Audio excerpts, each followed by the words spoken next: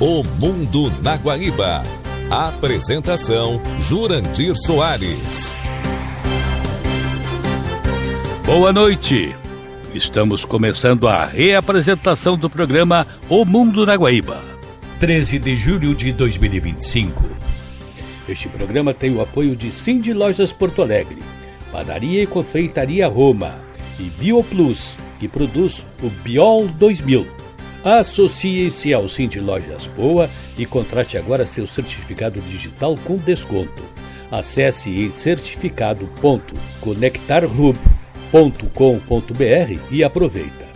E a Padaria e Confeitaria Roma, na Andrada 797, tem do café da manhã ao lanche da noite, passando pelo almoço caseiro e uma variedade de doces e salgados. Tudo com melhor sabor, qualidade e esmero no preparo. Reservas e pedidos pelo telefone 99391-4421. Padaria e Confeitaria Roma, na Andradas 797. E evite entupimentos, mau cheiro e transbordamento.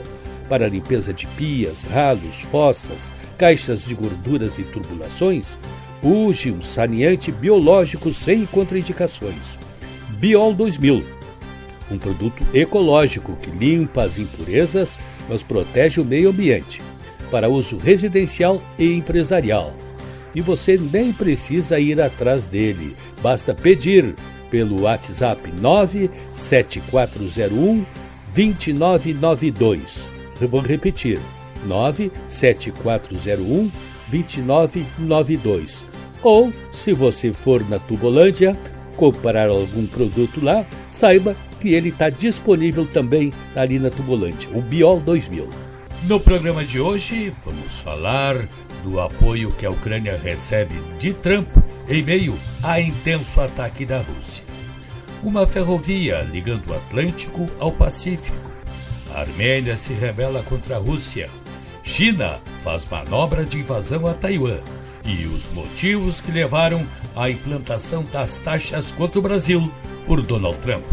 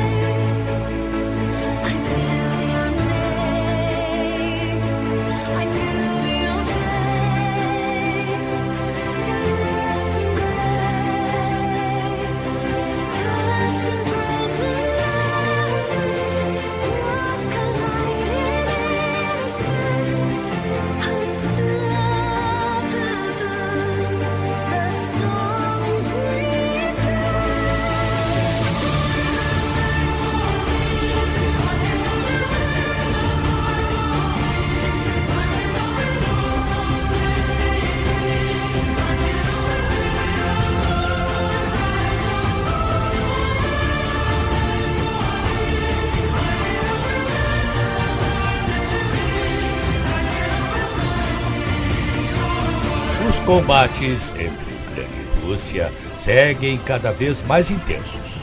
E nesta semana, a Ucrânia conseguiu reagir, depois de fortes ataques que sofreu em seu território. A Ucrânia afirmou que atingiu uma base aérea russa neste sábado, dia 5. Ao mesmo tempo, a Rússia continuou a bombardear o território ucraniano com centenas de drones, numa campanha aérea intensificada que reduz as chances de avanço nas negociações para encerrar a guerra, que já dura mais de 3 anos. Segundo o Estado-Maior da Ucrânia, forças ucranianas atingiram a base aérea de Borisovlebsk, na região russa de Voronezh. Essa base é conhecida como um dos centros de operação de aviões de combate da Rússia. Em uma publicação nas redes sociais, o Estado-Maior disse ter atingido um depósito de bombas, uma aeronave de treinamento e possivelmente outras aeronaves. Autoridades russas ainda não comentaram o caso. Esse tipo de ataque tem como objetivo enfraquecer a capacidade militar russa e mostrar que a Ucrânia consegue atingir alvos de alto valor. No mês passado, o governo ucraniano alegou ter destruído mais de 40 aviões russos em diferentes bases dentro do território da Rússia. A Força Aérea Ucraniana também informou que a Rússia lançou 322 drones contra o país na madrugada de sábado. Destes, 157 foram abatidos e 135 teriam sido bloqueados por meios eletrônicos. O principal alvo foi a região de Kemeltsk, no oeste da Ucrânia. A Rússia vem intensificando seus ataques a longa distância. Na noite de sexta-feira, Kiev foi alvo do maior ataque aéreo desde o início da invasão. No dia seguinte, o prefeito da capital, Vitaly Klitschko, disse que 2 pessoas morreram e outras 31 ficaram feridas. A nova onda de ataques aconteceu após o presidente ucraniano Volodymyr Zelensky afirmar que teve uma conversa telefônica muito importante e produtiva com o presidente dos Estados Unidos, Donald Trump. Segundo Zelensky, os dois discutiram o fortalecimento das defesas aéreas, a possibilidade de produção conjunta de armas e os esforços liderados pelos Estados Unidos para encerrar a guerra.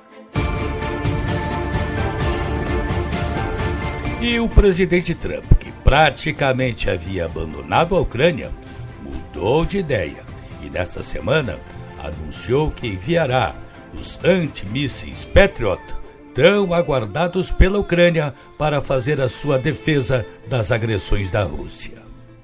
Durante um voo a bordo do Air Force One, Trump contou que teve uma conversa positiva com o presidente ucraniano, Volodymyr Zelensky, mas se disse muito descontente com o diálogo anterior, com o presidente russo, Vladimir Putin. Segundo Trump, o líder russo não demonstrou interesse em avançar com um acordo de paz. É uma situação muito difícil. Ele quer continuar, não adianta, resumiu. Ao ser questionado se os Estados Unidos enviariam mais mísseis Patriot, Trump respondeu de forma direta: eles vão precisar deles para a defesa. Estão sendo atingidos com muita força. Mas o que torna o sistema Patriot tão importante? E por que ele é considerado uma peça-chave para a segurança aérea da Ucrânia?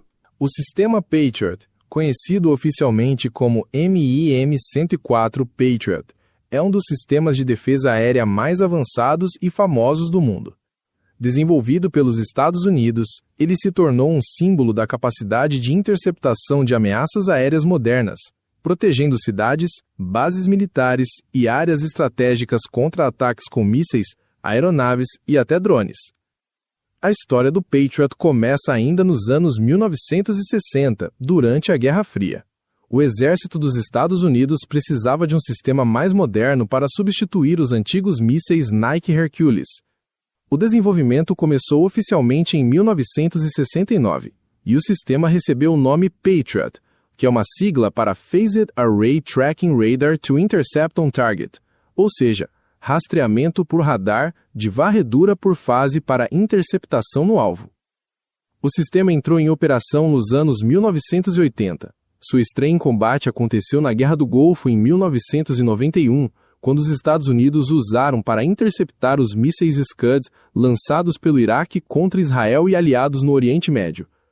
Na época, o desempenho do sistema era ainda limitado, mas a guerra serviu como um grande laboratório de testes para aprimoramentos futuros. Desde então, o Patriot passou por diversas atualizações. Hoje, ele utiliza o míssil PAC-3, Patriot Advanced Capability 3, que tem altíssima precisão e é projetado para interceptar ameaças com impacto direto, como mísseis balísticos de curto alcance. O Patriot é composto por 4 componentes principais: radar de vigilância ANMP-Q65, um radar de varredura eletrônica que detecta, rastreia e identifica alvos a distâncias superiores a 150 km. Centro de controle de combate, onde os operadores tomam decisões em tempo real com apoio de inteligência artificial e sistemas automatizados. Estação de lançamento, que contém até 16 mísseis prontos para disparo em cada unidade. Geradores e sistema de comunicação que mantém o sistema operando de forma autônoma e conectada a outros sistemas de defesa. O grande diferencial do Patriot é que ele pode operar em rede com outros sistemas, como radares de vigilância aérea e caças de combate, criando um escudo aéreo coordenado. Ele também pode engajar múltiplos alvos ao mesmo tempo, algo essencial em situações de ataques simultâneos. Trump elogiou a eficiência do Patriot, chamando-o de incrível, e com razão.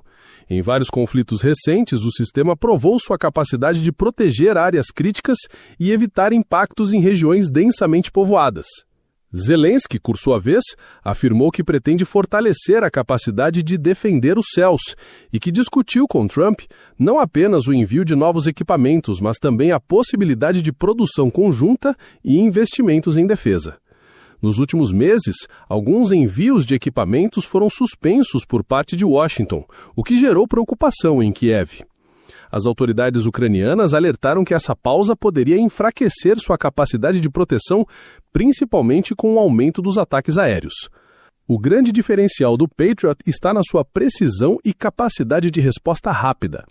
Com sensores avançados e capacidade de operar em rede, ele consegue proteger não só instalações militares, mas também pontos urbanos estratégicos. E isso é crucial em um cenário onde cidades e infraestrutura essencial estão sob constante ameaça. Mas vale destacar, o Patriot não cobre todo o território. Cada unidade protege uma área específica. Por isso, quanto mais sistemas disponíveis, maior a segurança distribuída entre as regiões. O custo de cada bateria Patriot é alto, cerca de $1 bilhão, e cada míssil custa milhões. No entanto, para muitos analistas, esse valor é justificado pela proteção que oferece tanto no campo militar quanto na estabilidade interna do país que o utiliza. Fontes próximas ao governo americano disseram a Reuters que o diálogo entre Trump e Zelensky foi muito produtivo e que há um otimismo sobre a retomada do envio de sistemas Patriot para reforçar a segurança aérea da Ucrânia. Em resumo, mais do que um equipamento, o Patriot simboliza resistência tecnológica, proteção estratégica e cooperação internacional. Assim é que depois de uma situação de abandono anunciada anteriormente por Trump, a Ucrânia vive agora a expectativa de ter os recursos necessários para poder reagir às agressões da Rússia.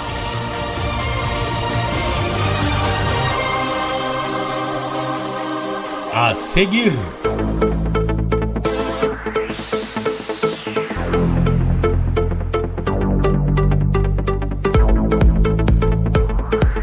uma ferrovia ligando Porto Seguro, na Bahia, ao porto de Xangai, no Peru.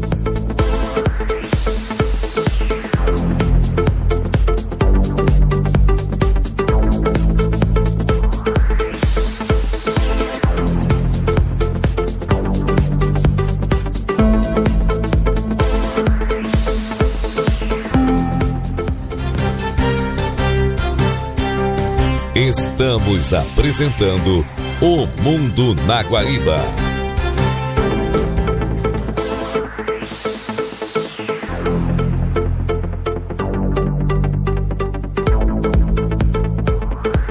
Mais um passo foi dado nesta semana na chamada ferrovia transoceânica, que promete conectar os litorais do Brasil, no Oceano Atlântico, ao do Peru, no Pacífico.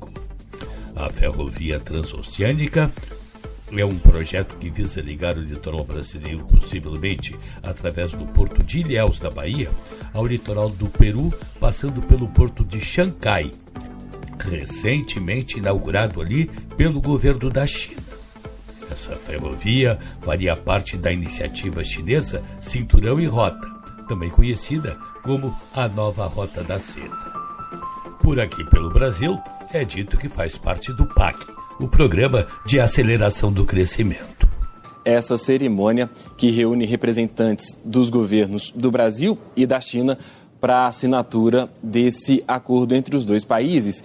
E ainda não é a construção em si da ferrovia. Esse acordo prevê ali o início dos estudos para que a ferrovia possa ser construída para poder ligar os dois oceanos.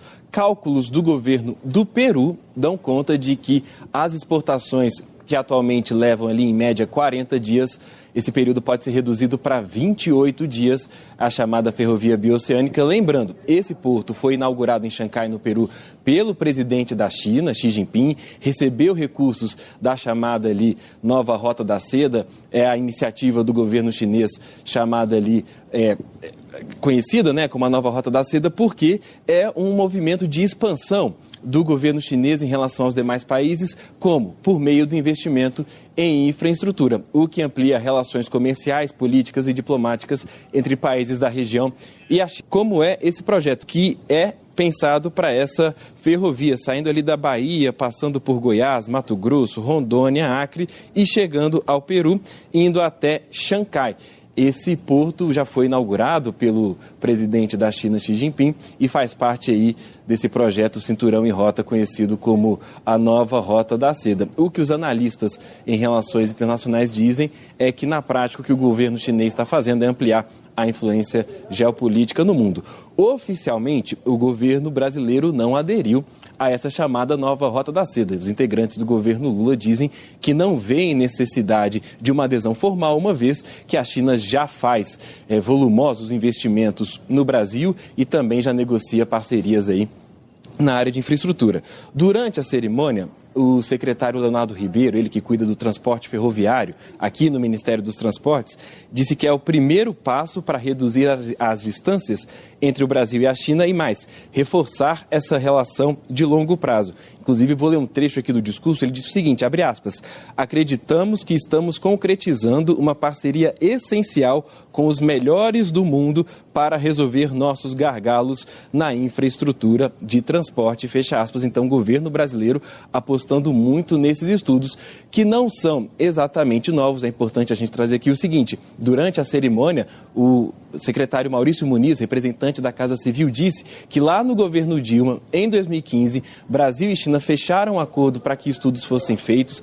Esses estudos foram finalizados em 2016, mas, segundo ele, jamais tocados adiante. Então, agora, um novo acordo entre Brasil e China para ver se agora efetivamente então esses estudos são colocados adiante para que seja feita então essa ferrovia ligando o Brasil ao porto de Xangai, no Peru. Lembrando, esse acordo de hoje não é ainda para a construção da ferrovia, mas sim para que sejam feitos os estudos necessários para a construção da ferrovia. Inquestionavelmente, trata-se de uma obra importante. Ao mesmo tempo, se configura uma adesão do Brasil à Nova Rota da Seda.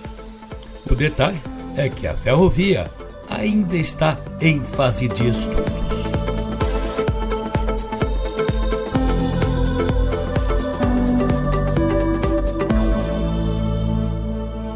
A seguir,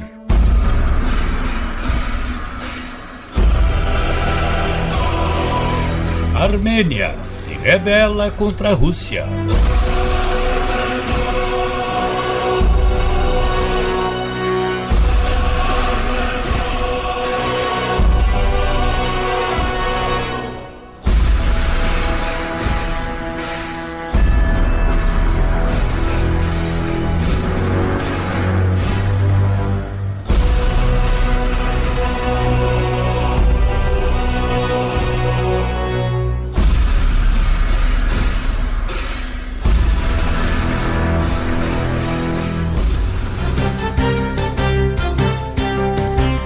Estamos apresentando O Mundo na Guaíba.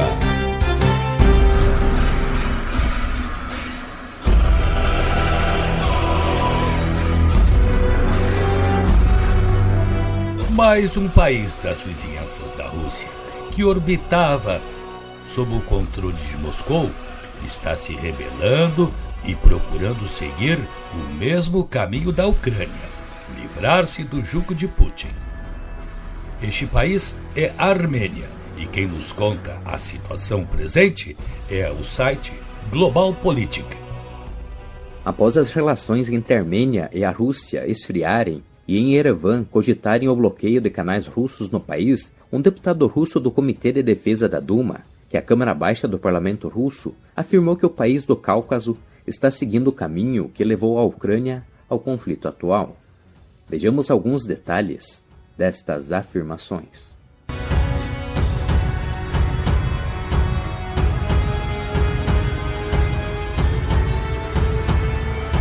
Após o território de Nagorno-Karabakh ser retomado pelo Azerbaijão e após choques na fronteira entre forças da Armênia e do Azerbaijão em anos recentes, sem que Moscou prestasse qualquer auxílio a Yerevan, as relações entre os dois últimos esfriaram.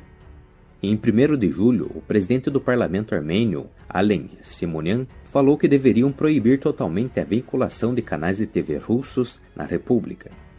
Ele chamou alguns apresentadores russos de degenerados que estariam chicoteando a atmosfera ao afetar negativamente as relações entre os estados. Os programas desses há muito tempo estão fechados em nosso país, e sua entrada no país também. No entanto, se seus canais estatais se permitirem interferir nos assuntos internos da Armênia, também devemos bloquear seu acesso aos apartamentos de nossos cidadãos, disse ele. Neste contexto, o primeiro vice-presidente do Comitê de Defesa da Duma do Estado, que é a Câmara Baixa do Parlamento Russo, Alexei Zuravlev, afirmou que a liderança armênia repete o caminho de Kiev que levou a Ucrânia ao conflito com a Rússia. Todos os passos da Armênia lembram exatamente o caminho que a Ucrânia já tomou: a luta contra a Igreja Canônica, a derrota da oposição e agora a proibição dos canais de TV russos, disse ele. O deputado explicou o desejo da Armênia de se livrar dos canais do Kremlin como a intenção de criar um vácuo de informações e zumbificar a população. De acordo com Zuravlev, as autoridades armênias estão preparando o terreno para transmitir uma realidade fictícia em que o primeiro-ministro armênio, Nikol Pashinyan, há muito derrotou todos. O povo armênio ainda tem a oportunidade de não pisar nesta armadilha e, finalmente, pensar onde suas atuais autoridades estão conduzindo a Armênia. Certamente não é para o bem-estar e prosperidade, afirmou Zuravlev. Por sua vez, o chefe da Comissão de Assuntos Internacionais do Conselho da Federação, que é a Câmara Alta do Parlamento Russo, Grigori Karashin, afirmou que alguém na República está começando um jogo prolongado com o objetivo de incitar hostilidades entre armênios e russos e ameaçando proibir canais pró-Kremlin. Ele viu nessas ações a mão dos serviços de inteligência ocidentais. Devemos ter cuidado com a opinião pública da Armênia, tomar todas as medidas necessárias, incluindo as políticas, para evitar que o trágico desenvolvimento dos eventos aconteça, advertiu Karashin. E há alguns dias, durante uma visita a Yerevan, a chefe da diplomacia europeia, Kaja Kallas, anunciou que a União Europeia havia alocado 270 milhões de euros para a Armênia como parte do programa Resiliência e Crescimento, e parte desse dinheiro será usado para financiar a mídia independente, o que, de acordo com Kallas, ajudará a combater a desinformação e as ameaças híbridas. Desse modo, parte do descontentamento de políticos russos com Yerevan pode estar ligado a esta maior aproximação com os países ocidentais. O território montanhoso de Nagorno-Karabakh, uma região de cerca de 11,5 mil quilômetros quadrados, com população predominante armênia, é alvo de disputas há décadas entre o Azerbaijão, onde está localizado, e os habitantes do enclave, que são apoiados pela vizinha Armênia, de onde são originários. Em 1988, perto do fim do domínio soviético, forças do Azerbaijão e separatistas armênios começaram uma guerra violenta, na qual entre 20 mil e 30 mil pessoas morreram, após o Parlamento Regional de Nagorno-Karabakh ter votado para tornar-se parte da Armênia. O Azerbaijão tentou então sufocar o movimento separatista, enquanto os armênios o apoiavam. E isso desencadeou inicialmente uma série de conflitos étnicos. Depois de a Armênia e o Azerbaijão terem declarado independência de Moscou, começou uma guerra em larga escala.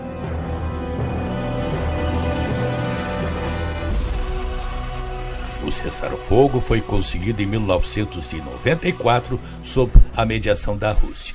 Nos termos do acordo, o território permaneceu parte do Azerbaijão, mas desde então tem sido em grande parte governado por uma autoproclamada república separatista, liderada por armênios étnicos e apoiados pelo governo da Armênia.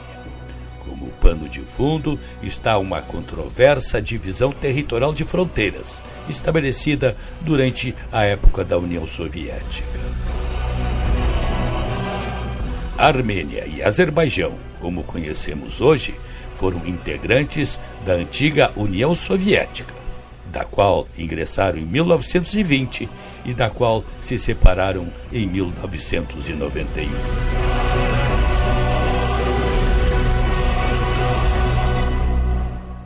A seguir,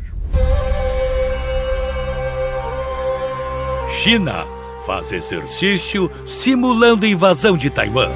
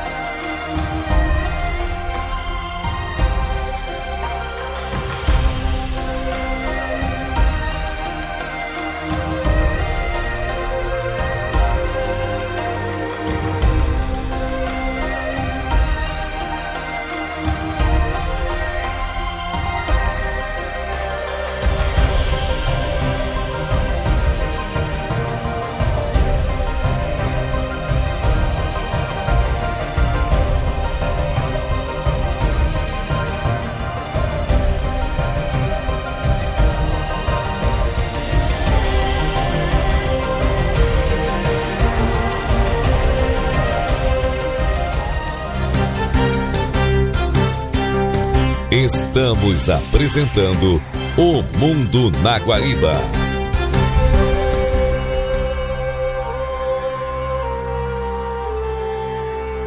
O governo da Ilha Autônoma de Taiwan está realizando desde quarta-feira o maior exercício militar de sua história. Os militares estão simulando uma tentativa de invasão por parte da China continental, que vem treinando para executar tal operação. Os jogos de guerra Hankuang, Glória de Ang, a etnia prevalente na ilha no idioma local, são anuais e ocorrem desde 1984. Mas, segundo seus planejadores, nunca foram tão amplos. São ao menos 22 mil reservistas convocados, 7 mil a mais do que o usual, além de mobilização civil. Estão sendo testadas para repelir desembarques, bloqueios e invasões aéreas. Novos mísseis americanos do sistema HIMARS, os mesmos doados à Ucrânia para serem utilizados contra a Rússia, estão sendo empregados como munição real nesses 10 dias de exercícios. Pequim disse que a manobra é nada além de um blefe, nas palavras do porta-voz do Ministério da Defesa, Jiang Bin. Não importa que armas sejam usadas, Taiwan não pode resistir à espada afiada do Exército de Libertação Popular contra a independência, afirmou o porta-voz do governo nesta terça-feira. Para Pequim, a China continental e Taiwan são duas partes de uma só China. A atenção acompanha a relação entre a ilha e o continente, desde que Mao Tse-tung invadiu a China continental em 1949 e Chiang Kai-shek, o então dirigente chinês, refugiou-se em Taipei, onde manteve um governo capitalista. O atual presidente taiwanês, Lai Ching-te, chegou ao poder em 2024 com uma plataforma radicalmente contrária às ameaças feitas pelas lideranças chinesas de retomada à força do território. O líder da China, Xi Jinping, determinou que a ditadura tem de estar pronta para fazê-lo, se necessário, em 2027, e aumentou a frequência e a intensidade dos exercícios militares, simulando a invasão da ilha, que não seria algo simples de fazer devido à geografia e às defesas taiwanesas. Números brutos, como na Ucrânia, não dizem tanto, apesar de Pequim ter 2 milhões de soldados e Taipei 160 mil. Em abril, o chefe do Comando Indo-Pacífico dos Estados Unidos, almirante Samuel Paparo, havia dito a um comitê do Senado que houve, no ano passado, um aumento de 300% nas atividades chinesas relacionadas à eventual invasão. Exercícios, instruções aéreas, construção de infraestrutura costeira e reforço de armamento. 3 meses atrás, foi a vez da China continental realizar manobras simulando a invasão da ilha. Muitos dos líderes chineses tentam reaver o território taiwanês pela via diplomática ou até mesmo militar, e agora mais exercícios militares corroboram a tese de que a China estaria possivelmente buscando uma anexação dessa ilha pela via militar durante os próximos anos. Exercícios por ar, por água e por terra, no caso na China continental, alguns treinamentos militares aconteceram, inclusive embarcações chegando a cerca de 44 quilômetros apenas da costa taiwanesa, o que elevou bastante a preocupação dos aliados americanos, japoneses e sul-coreanos, inclusive, que tiveram uma reunião em conjunto com o enviado especial Peter Hegseth, que esteve em Tóquio durante a última semana. Vale dizer que o governo da China aumentou suas críticas ao governo taiwanês, chamando o presidente Lai Ching-te de parasita, inclusive veiculando uma espécie de propaganda publicitária onde o presidente é retratado como um inseto verde que seria depois pego por 2 palitinhos chineses para ser controlado pelo governo da China. Tudo isso preocupa bastante os americanos, lembrando que no último governo Joe Biden, os democratas tiveram uma postura mais pró-Taiwan, defendendo a soberania da ilha, porém Donald Trump diz que neste momento, com outros problemas acontecendo, seja na Europa, seja no Oriente Médio, a questão de Taiwan não será prioridade do seu governo, mas sempre é muito interessado também no desenrolar dessa situação, dada a produção de vários chips e semicondutores na ilha de Taiwan que interferem no comércio global. Isso dito, há cálculo político, segundo adversários do presidente Lai.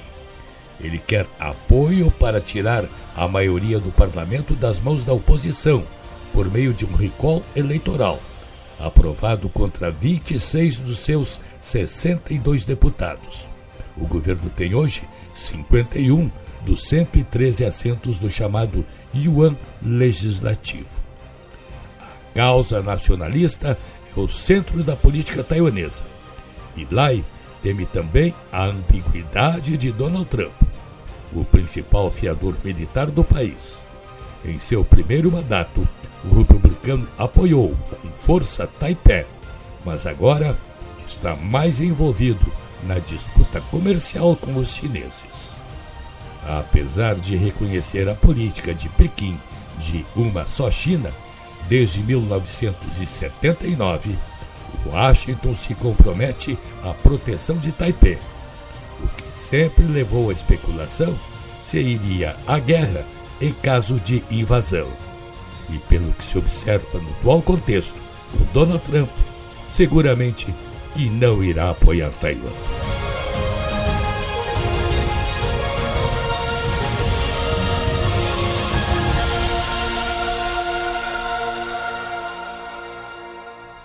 A seguir,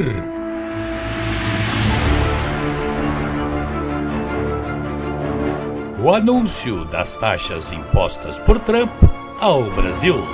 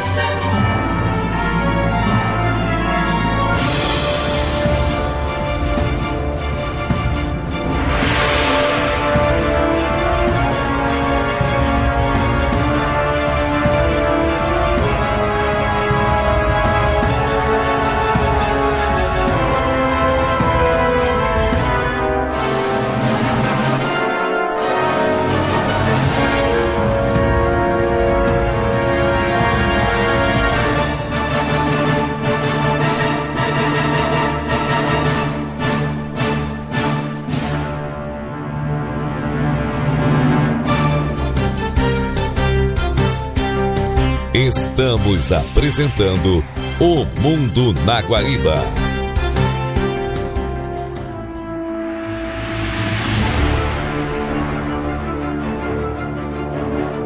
Brasil e Estados Unidos entraram em rota de colisão esta semana, quando o governo de Donald Trump resolveu impor tarifas de 50% para os produtos brasileiros. Numa disputa que foi estabelecida com o presidente Lula e que, por extensão, chega até o ministro do STF, Alexandre de Moraes.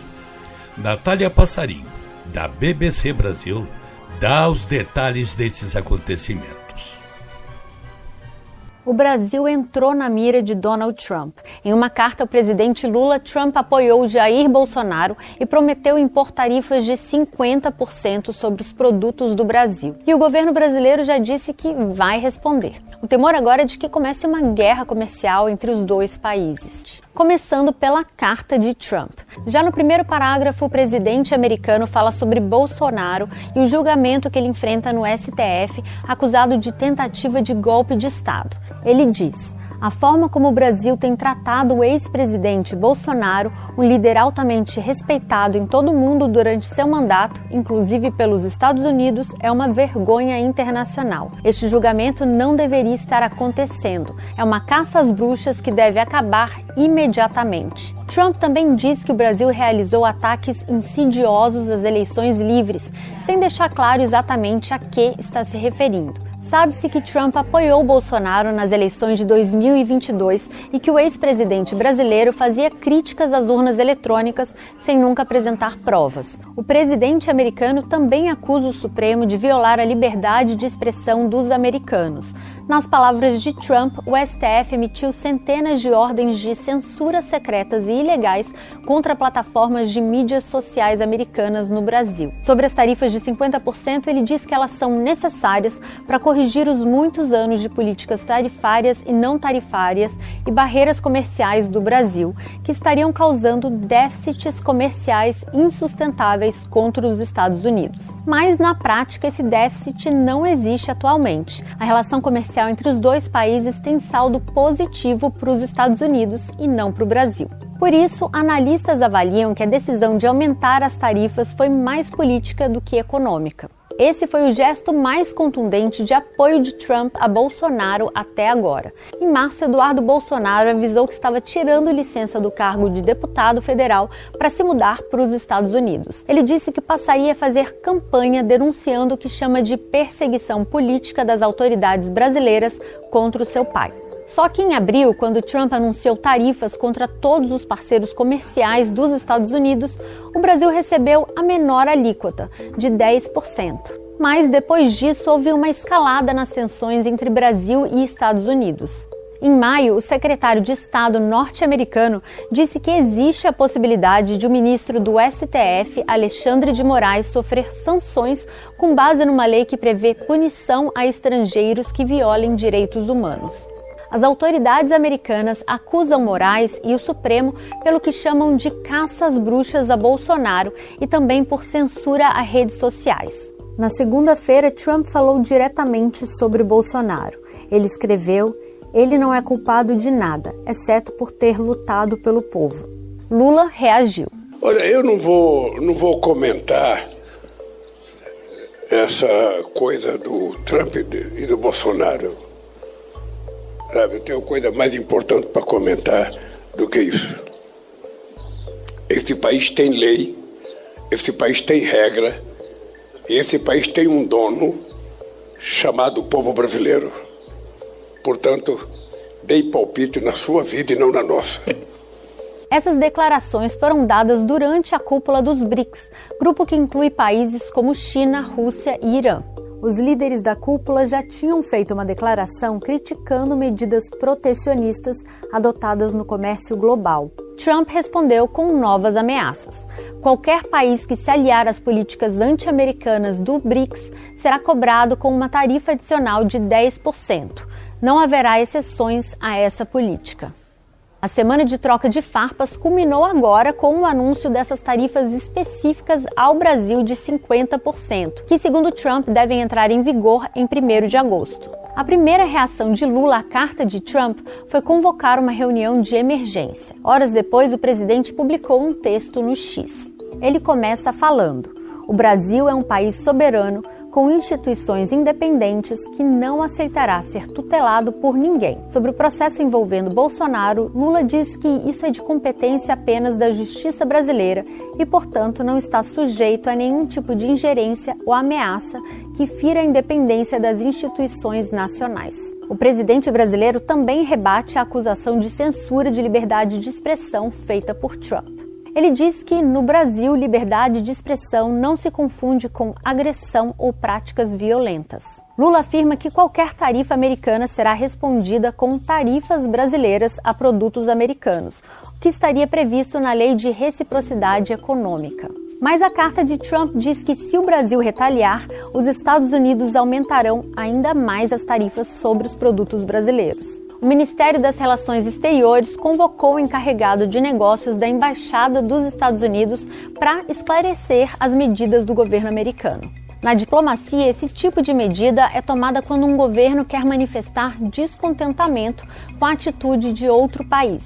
Os Estados Unidos estão sem embaixador no Brasil, por isso foi convocado o encarregado de negócios da embaixada. Mas como foi a reação à carta de Trump? No Brasil, bolsonaristas culparam Lula pelo que classificam como vexame da diplomacia brasileira. Já governistas acusaram os bolsonaristas de trair e prejudicar o povo brasileiro ao defender tarifas mais altas. O senador Flávio Bolsonaro, filho de Jair Bolsonaro, escreveu no X: depois de tantas ações provocando a maior democracia do mundo, tá aí o resultado do vexame da sua política internacional ideologizada. Já Eduardo Bolsonaro postou um vídeo em suas redes sociais. O presidente Trump corretamente entendeu que Alexandre de Moraes só pode agir com o respaldo de um establishment político, empresarial e institucional que compactua com sua escalada autoritária. O presidente americano entendeu que esse establishment também precisa arcar com o custo dessa aventura. Jair Bolsonaro ainda não falou diretamente sobre o assunto. Sua única reação foi uma postagem no X que foi lida como uma indireta ao governo brasileiro e a Lula. Bolsonaro escreveu: quando justos governam, o povo se alegra, mas quando os perversos estão no poder, o povo geme. A frase é um versículo da Bíblia. Entidades empresariais brasileiras também reagiram. A Confederação Nacional da Indústria disse que não existe qualquer fato econômico que justifique uma medida desse tamanho. A Frente Parlamentar do Agronegócio, que reúne a chamada bancada ruralista no Congresso, pediu uma resposta firme e estratégica do governo brasileiro. Mas afinal, quais serão as consequências de tudo isso? Os Estados Unidos são o segundo maior parceiro comercial do Brasil, atrás apenas da China. Os americanos são responsáveis por comprar cerca de 15% das exportações brasileiras. O Brasil exporta para os Estados Unidos principalmente petróleo bruto, minério de ferro, máquinas, eletrônicos, café, açúcar, suco de laranja e carne. Empresas como a Embraer e a Petrobras também têm grandes clientes nos Estados Unidos. Se uma guerra comercial entre os dois países se concretizar, as empresas brasileiras que exportam para os Estados Unidos devem ver uma redução grande nas suas vendas para lá. Isso obrigaria essas empresas a ir atrás de outros mercados que queiram comprar esses produtos. No pior cenário, é possível que a produção brasileira diminua e, consequentemente, o desemprego aumente. Outro efeito é na moeda. O real se desvalorizou em relação ao dólar depois da carta de Trump. E um dólar mais valorizado no Brasil faz com que preços de produtos importados aumentem. Por outro lado, uma moeda desvalorizada poderia favorecer as exportações brasileiras para outros países. Além disso, se o governo brasileiro de fato responder aumentando as tarifas sobre os produtos americanos, esses produtos vão ficar mais caros. E isso pode gerar mais inflação no Brasil. Mas há quem diga que o impacto dessas medidas pode não ser tão grave assim para o Brasil. Bom, um novo capítulo nas relações entre Estados Unidos e Brasil parece estar começando com o agravamento das tensões comerciais.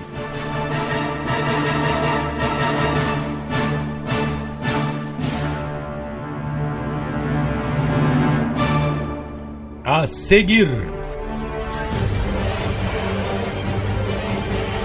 motivo das medidas de Trump é o anti-americanismo de Lula.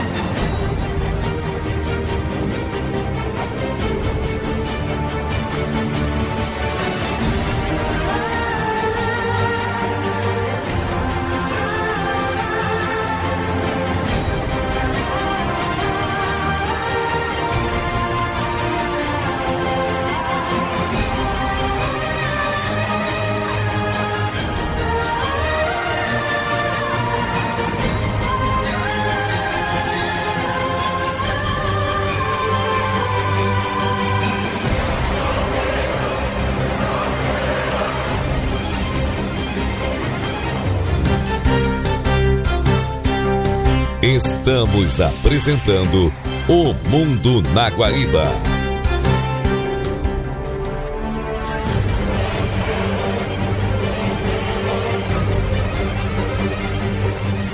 Parece que Bolsonaro está no topo das questões levantadas pelo presidente Donald Trump para implantar as sobretaxas de 50% sobre as exportações do Brasil para os Estados Unidos. No entanto, o cerne da questão é o anti-americanismo do presidente Lula, somado aos desafios à liberdade de expressão nos Estados Unidos, decorrentes de medidas tomadas pelo ministro do STF, Alexandre de Moraes. E tudo isto é decorrência de uma série de fatos que foram se acumulando ao longo do mandato de Lula. A ameaça maior está na estruturação do BRICS, como um bloco que se contrapõe ao Ocidente, mais especificamente aos Estados Unidos, e que dá suporte aos dois maiores inimigos dos norte-americanos, a China e a Rússia. No que toca a esse tema, ficou flagrante a tendenciosidade da declaração do bloco, feita quando do encerramento da reunião realizada no fim de semana passado no Rio de Janeiro. A declaração condena a Ucrânia por mortes de civis no território russo e não diz absolutamente nada sobre a Rússia. Então, observem a inversão de valores. A Rússia, que invadiu a Ucrânia, um país independente, nem é citada. A Ucrânia invadida é condenada. Uma inversão total, o que indiretamente significa um apoio às iniciativas de Vladimir Putin. Em última análise, indo mais longe, fica a dedução de que no caso de uma guerra entre Estados Unidos e Rússia, o atual governo brasileiro fica ao lado da Rússia. Outro aspecto, a tentativa de desbancar o dólar como moeda dos negócios internacionais. A propósito, o presidente Lula acusou uma completa ignorância sobre o sistema financeiro internacional. Em uma de suas falas de improviso, quase sempre desastradas, ele questionou: quem foi que estabeleceu que o dólar é a moeda dos negócios internacionais? Ora, não sabe ele que isso foi estabelecido em 1944, ao final da Segunda Guerra, na reunião de Bretton Woods. Mas, a propósito, imagine-se o Brasil vendendo para a China e recebendo yuans, para a Rússia em rublos, com o Vietnã recebendo dongs, ou ainda para o Uzbequistão e recebendo em uzbek. Vale lembrar que aqui no Mercosul, com apenas 4 países, tentaram criar uma moeda local e não conseguiram. Imagine-se nesta salada de frutas que é o BRICS.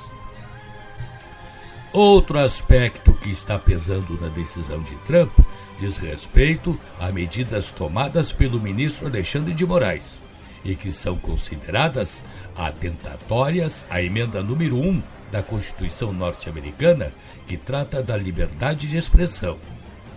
Em sua carta ao governo brasileiro, Trump foi explícito ao dizer que as taxas implantadas se davam, entre outras coisas, por ordens judiciais que censuram mídias sociais americanas e inibem a liberdade de expressão de cidadãos dos Estados Unidos. Lembrando que desde fevereiro tem processo nos Estados Unidos, movido por empresas ligadas a Trump e a Elon Musk, após decisões que suspenderam perfis e plataformas do Brasil. A Justiça da Flórida chegou a intimar Moraes, sob argumento que as decisões tomadas pelo ministro violam a primeira emenda da Constituição americana que protege a liberdade de expressão. O fato é que as decisões do governo Lula têm sido embasadas mais por aspectos políticos e ideológicos do que por temas de interesse do comércio e dos negócios brasileiros. E neste mergulho de corpo e alma no BRICS, está estabelecendo alianças com dirigentes que, em sua grande maioria, são ditadores ou comandantes de sistemas autoritários. Raras são as democracias. E neste grupo está até a República Islâmica do Irã, comandada por um ayatolá, que tem um presidente de faz de conta, em cuja posse esteve presente o nosso vice-presidente Geraldo Alckmin. E aí vale para os Estados Unidos aquela máxima: diz-me com quem andas e te direi quem és. O que precisamos agora não é de mais enfrentamentos com mais sobretaxas, mas negociação. Negociações que já vinham sendo estabelecidas entre representantes brasileiros e norte-americanos antes de estourar o presente conflito. Antes da disputa de vaidades entre Trump e Lula, é preciso pensar nos interesses do Brasil, especialmente porque se trata do nosso segundo maior parceiro comercial e para onde exportamos produtos industrializados, inclusive aviões da Embraer. Diferentemente da China, para quem exportamos somente commodities. A essas alturas, parece que o sábio conselho partiu do Itamaraty: agir com cautela para evitar prejuízos ao Brasil. Ou seja, chega de anti-americanismo.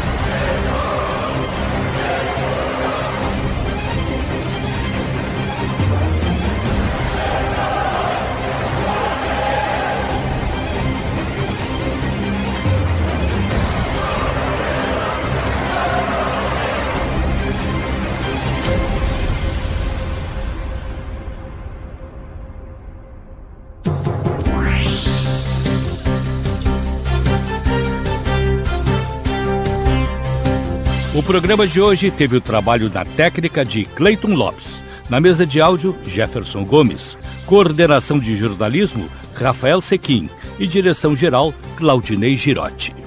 E o programa também teve as seguintes participações. Da ONU News em Nova York, Mônica Grady para a Rádio Guaíba. Camila Veras Mota, da BBC News Brasil. Silvano Mendes, da Rádio França Internacional, especial para a Rádio Guaíba. Hoje no Mundo Militar. Adriana Moisés, da Rádio França Internacional, em especial para a Rádio Guaíba. Thales, do canal Elementar, fala sobre economia, negócios e empreendedorismo. O programa fica disponível no blog jurandirsoares.com.br e no Spotify. O Mundo da Guaíba volta no próximo sábado. Este programa tem o apoio de Cindy Lojas Porto Alegre, Padaria e Confeitaria Roma e BioPlus, que produz o Biol 2000. Associe-se ao Cindy Lojas Poa e contrate agora seu certificado digital com desconto. Acesse em certificado.conectarhub.com.br e aproveita. E a Padaria e Confeitaria Roma, na Andrada 797, tem do café da manhã ao lanche da noite, passando pelo almoço caseiro e uma variedade de doces e salgados. Tudo com melhor sabor, qualidade e esmero no preparo. Reservas e pedidos pelo telefone 99391-4421. Padaria e Confeitaria Roma, na Andradas 797. E evite entupimentos, mau cheiro e transbordamento. Para limpeza de pias, ralos, fossas, caixas de gorduras e tubulações, use um saneante biológico sem contraindicações. Biol 2000, um produto ecológico que limpa as impurezas, mas protege o meio ambiente, para uso residencial e empresarial. E você nem precisa ir atrás dele, basta pedir pelo WhatsApp 97401-2992. Eu vou repetir, 97401-2992. Ou, se você for na Tubolândia, comprar algum produto lá, saiba que ele está disponível também ali na Tubolândia, o Biol 2000. Um bom fim de semana para todos. Você ouviu O Mundo na Guaíba. A apresentação, Jurandir Soares.